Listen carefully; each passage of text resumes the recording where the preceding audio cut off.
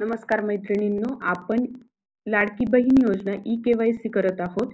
तर डिस्क्रिप्शनमध्ये जी लिंक दिली त्याच्यावर क्लिक करायचं बघा. पिवळ्या अक्षरात दिसेल मुख्यमंत्री माझी लाडकी बहीण योजना. त्याच्यावर क्लिक केल्यावर हे पेज ओपन होतंय. इथे दिसतंय बघा लाभार्थी आधार क्रमांक.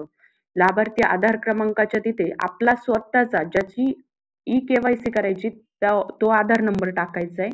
इथे जो कॅप्चा कोड दिसतोय बघा, अंक दिसतायत, ते अंक कॅप्चाच्या खालच्या बॉक्समध्ये टाकून घ्यायचे आणि खाली स्क्रोल करत जायचंय. खाली स्क्रोल करत गेल्यानंतर मी सहमत आहे वर क्लिक करायचंय. ब्लू टिक झाल्यावर ओटीपी पाठवा हे येलो होईल, म्हणजे पिवळं होईल, त्याच्यावर क्लिक करा. ओटीपी पाठवा. आता जो आधार क्रमांकाला आपला मोबाईल नंबर लिंक आहे त्याच्यावर एक ओटीपी येईल.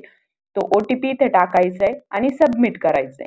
सबमिट केल्यानंतर दुसऱ्या पेजवर येते बघा वडिलांचा पतीचा आधार क्रमांक. तर आपल्या वडिलांचा किंवा पतीचा आधार क्रमांक टाकायचा आहे, कॅप्चा कोड टाकायचा आहे, पुन्हा खाली स्क्रोल करायचंय, मी सहमत आहे वर क्लिक करायचंय आणि ओटीपी पाठवा.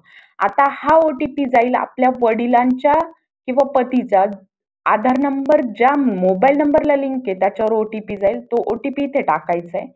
तो ओटीपी टाकल्यानंतर खाली बघा सबमिट करावर क्लिक करायचंय. सबमिट करावर क्लिक केल्यानंतर आणखी एक पेज ओपन होतंय, ते आपल्याला भरायचंय.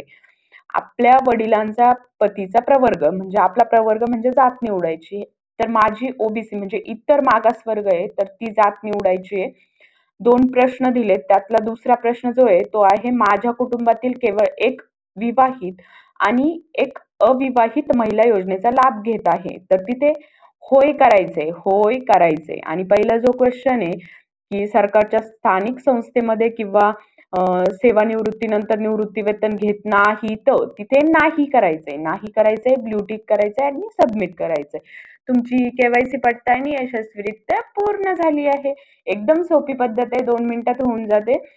जर तुम्हाला माहिती आवडली असेल तर आपल्या चॅनलला सबस्क्राईब करा. काही प्रॉब्लेम येत असेल कमेंट बॉक्समध्ये मला मेसेज करा. मी प्रत्येक कमेंटला उत्तर देते तुमच्या आणि मी प्रयत्न करेल तुमच्या सहकार्यासाठी. धन्यवाद.